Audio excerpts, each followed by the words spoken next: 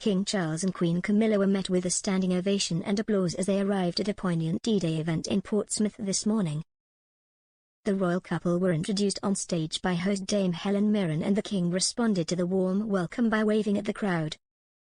The 75-year-old monarch gave a moving speech shortly after arriving on stage, where he paid tribute to D-Day veterans at a commemorative event in Portsmouth ahead of the 80th anniversary.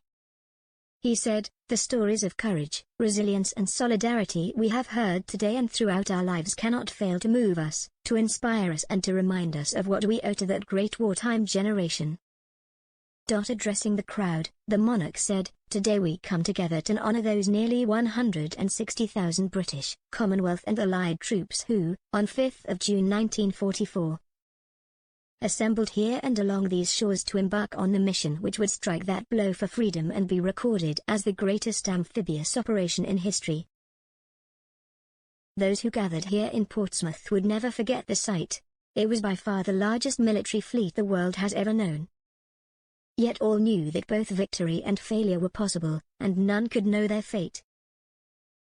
The King read a message from Field Marshal Montgomery, Commander-in-Chief of the Allied Ground Forces, and a poem by Keith Douglas during his powerful speech marking the D-Day anniversary. Charles continued, "At this remove, 8 decades later, it is a near impossible task to imagine the emotion of that day, the pride of being part of so great an enterprise, the anxiety of in some way not coming up to scratch, and the fear of that day being their last." He said it was our duty to ensure that future generations do not forget their service and their sacrifice in replaying tyranny with freedom, adding, "Our rights, and the liberty won at such terrible cost, bring with them responsibilities to others in the exercise of that liberty." The King also paid tribute to the war effort back at home, noting that it was not just the soldiers on the front line who faced sacrifices.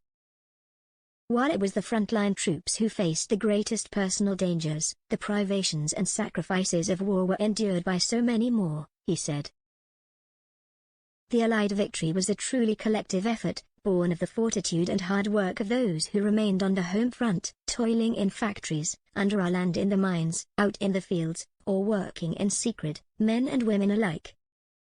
Their collective industry, ingenuity and commitment helped our soldiers, sailors and airmen to prevail.